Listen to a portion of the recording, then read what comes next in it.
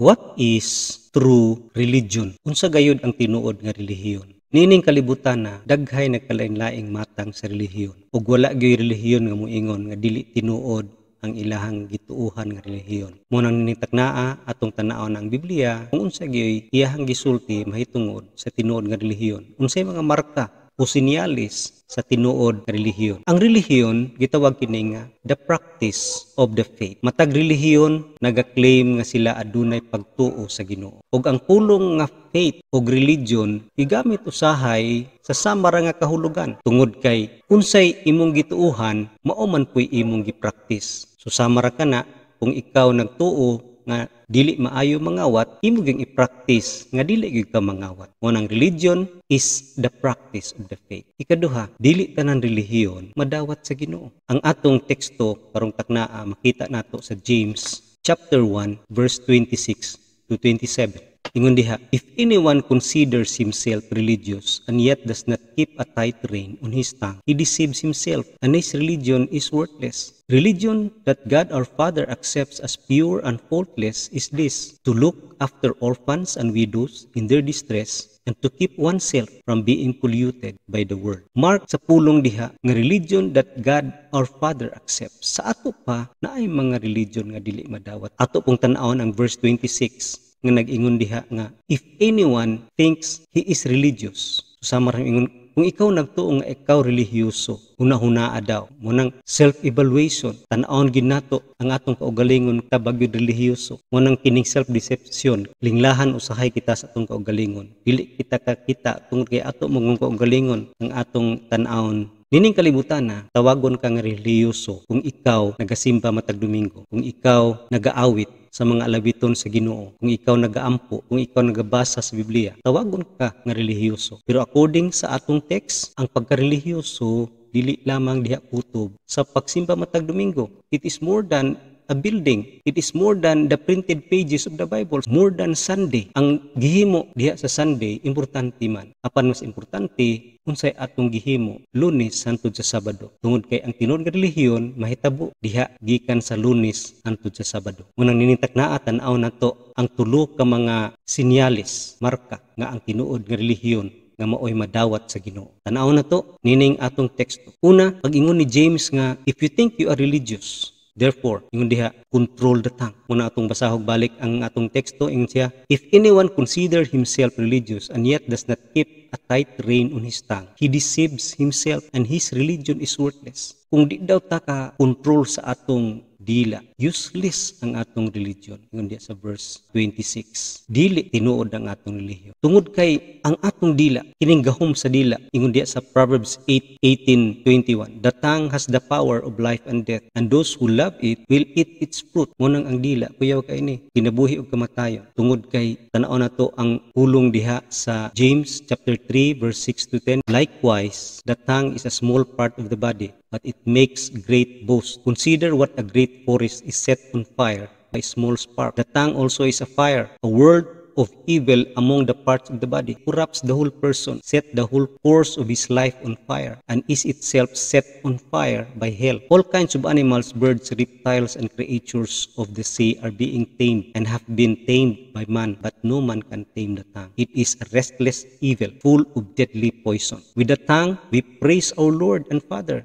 and with it we curse men who have been made in God's likeness. Out of the same mouth come praise and cursing. My brothers, this should. Mao nang delikado gid ang baba kung dili makontrolar tungod kay resulta kini sa kalautan sa atong kinabuhi. Nagamit nato ang baba sa pagpraise sa Ginoo, paghimaya sa Ginoo, gamiton po natong baba sa pagtunglo sa tao. Munang ingon diha sa Matthew 12:34-36. Ingon si Kristo, you brood of vipers, how can you who are evil say anything good? For out of the overflow of the heart the mouth speaks. The good man brings good things out of the good stored up in him, and the evil man brings evil things out of the evil stored up in him. But I tell you that men will have to give account on the day of judgment for every careless word they have spoken. Maunang kuyaw kayo. Tungod kay ang kasing-kasing diha man gikan unsay atong gisulti ug ingon po diha sa atong text nga manubag gid ta sa matag pulong idol or careless word, katong mga careless words nga atong gipanglitok manubag ta sa Ginoo ana sa judgment day. Unsa kini mga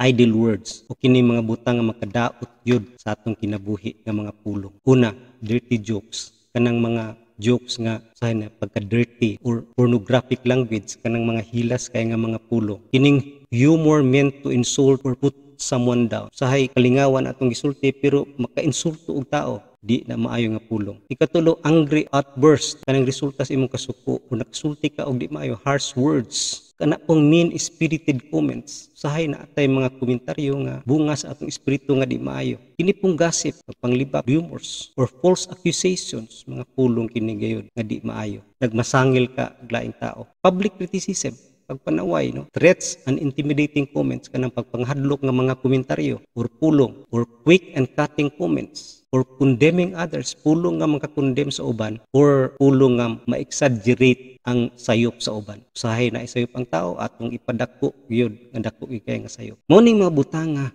ang matawag nato nga bunga sa atong di mapugngan nga dila, unbridled tongue. Manang let us be careful, no, ato yung tanawon or ato yung bantayan ang atong gipanulti. Tungod kay kusog kayo ang tentasyon nga madalatan niini. Labi na sa panahon na kita pressure sa mga criticism, panahon na kita sungugon sa kaaway. Bisag karong panahon na kining social media dako kay tentasyon sa atong mga careless speech. In a day of text messaging, cellphone, Twitter, Facebook, bantayan ginato kini. Kay ang kalibutan karon muingon gayud nga kung naa kay ginahuna, i-share day na ngadto sa kalibutan mo nang bantayan ginato. 5 ka butang nga atong bantayan kung kita mosulti. Kinsa atong gisultihan, to whom you speak, of whom you speak, how, unsaon pagsulti, kanus mo sulti, ug asa mo sulti. Mao ni angay nato hunahunaon before ta musulti. Ingon diha sa Ephesians 4:29, do not let any unwholesome talk come out of your mouth, but only what is helpful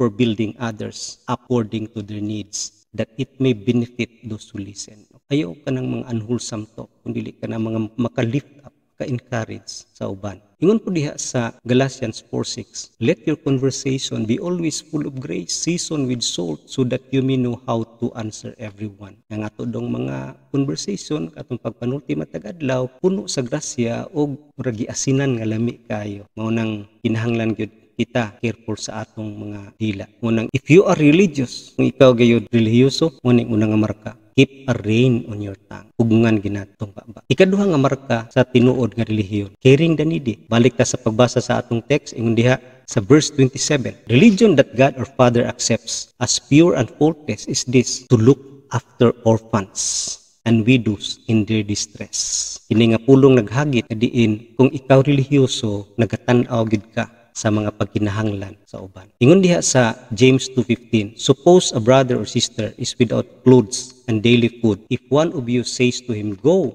I wish you well, keep warm and well fed, but does nothing about his physical needs, what good is it? Inuban nimo nga lakaw na. Maayo ta ang imong kinabuhi. Wa kay gihimo or gihatag sa iya nga nasay pagkinahanglan. Muna ang pag-care sa mga needy sa gina katimailhan sa tinuod nga relihiyon. Ingon diha sa Isaiah 1:17, learn to do right, seek justice, encourage the oppressed, defend the cause of the fatherless, plead the case of the widow. Sa unang panahon, ang mga widows, walay mga rights. Unang sila, lisod kay ang pagkinabuhi mo nga uban, pakilimos na lang yun. Sila ang ihimplo o simbolo sa mga tao nga nagkinahanglan gayud. Unang ang tinuod nga relihiyon, wala lamang diya sa sulod sa iglesia. Unang ang tinuod nga relihiyon is extending our hearts to God in worship. Importante na, pero extending our hand, tong heart, ito sa Ginoo, pero ang atong kamot hand i-extend ngadto sa serbisyo sa katawhan. Ngunang dili gyud makambyo ang pagserbisyo nato sa katawhan diha sa atong mga church service o sa atong pag-read sa Bible. Tungod kay makita nato bisan sa unang iglesia sa New Testament Church, sila puno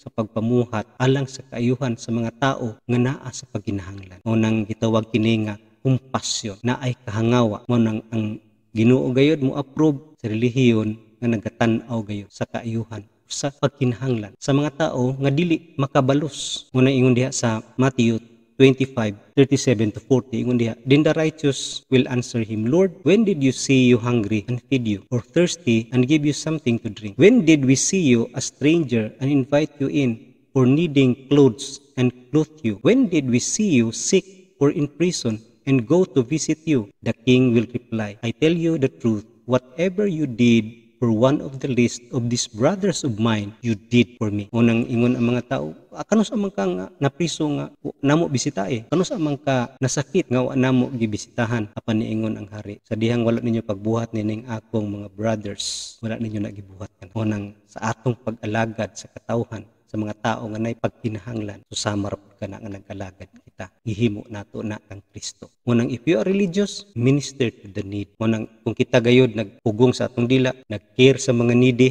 na ang first requirements sa gitawag nga tinuod nga relihiyon. Ug adto kita sa katapusan. Ang katapusan, clean living. Muna ingon diha sa atong last sumpay sa atong gibasa ganiha nga religion that God our Father accepts as pure and faultless is this: to look after orphans and widows in their distress, and muna yung sumpay, to keep oneself from being polluted by the world. Munang ikatulong nga requirement sa tinuod nga relihiyon is clean living. Pagkinabuhi nga putli o limpyo. Kita karon nagpuyo sa mahugaw nga kalibutan. Ang kalibutan anyagon kita nga mahigugma niini. Munang diya sa 1 John 2:15 ingon diya, do not love the world or anything in the world. If anyone loves the world, the love of the Father is not in him. Ingon po diha sa 1 Peter 2:9, you are a chosen people, a royal priesthood, a holy nation, a people belonging to God, that you may declare the praises of him who pulled you out of darkness into his wonderful light. Chosen people, lahi ka mo nga katawhan, pinili ka mo nga katawhan, o kinahanglan nga dili ka mo mahisama sa kalibutan. Dili ka mo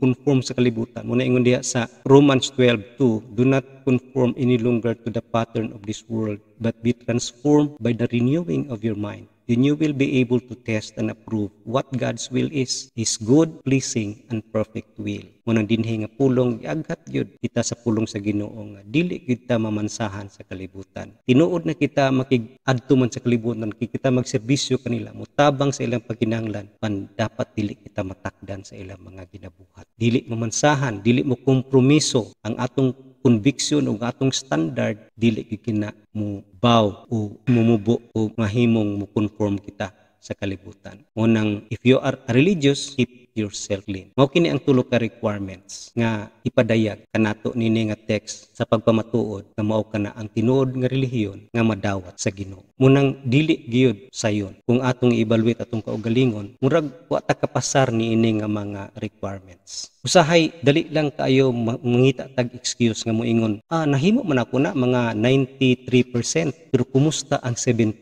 Bisan pag 3% recipient ta. Susama ra na sa pag-ingon nga dili man kay ko murderer, di man kay ko killer. 3% naman ang akong napatay. Pareho ra na killer gihapon ka. Usahay mo ingon ta nga ang sala nga akong nahimo gamay ra man. Natakdan ko sa kalibutan, gamay ra man. It doesn't matter. Pero kung atong tanahon gayud, muinom bata sa glass of water nga naay 1% nga poison, dili gyud, di ba? Dili ka gusto og water nga naay poison. Mao nang daghan gyoy mga butang nga dili nato gusto nga gitawag kinig moral pollution. Unang di kita kahimo niini. Unang we cannot do it without Jesus. Si Jesus ang isa ra gyud ka example sa Biblia nga makita nato sa iyang kinabuhi. Nga si Jesus nakig-uban kanato, nakig-uban sa tao, live with us, talk with us, eat with us, laugh with us. No, nagkatawa, nakighugoy-hugoy sa mga tao. Pero i-control gini ang iyang mga pulong. Sometimes bisag under pressure o under criticism siya, gisaway, gihimuag, false accusation, ipasanginlan, pero usahay piliun niya nga di na lang mutingog. Jesus makita po nato nga nakighugoy-hugoy siya sa mga drunkards, gluttons, mga hypocrites nga mga Pharisees, pero wala siya nahimong susama kanila. Munang si Jesus ang example. Munang we need Jesus sa atong kinabuhi. Munang si Jesus nag-invite yun ka nato. Ingon diha sa Revelations 3:20, here I am, I stand at the door and knock. If anyone hears my voice and opens the door, I will come in and eat with him and he with me. He invites a union sa atong mga kinabuhi. Gusto niya nga mahiusa kita kaniya. Munang only in that union, in that relationship, na asyay gahom nga makapenetrate sa tanang parte sa atong kinabuhi. To take control of our tongue, give us compassion, nga mo tagbo sa mga pagkinahanglan sa uban ug ma-purify kita inside out. Mao nang kinahanglan nato si Jesus. Ato siyang dawaton sa atong kinabuhi. Trust Him, surrender to Him, allow Him to control your life ug makita nato nga ang true religion di ay is about relationship. It is more a relationship than a mere religion. Kalay ko na Ginoo.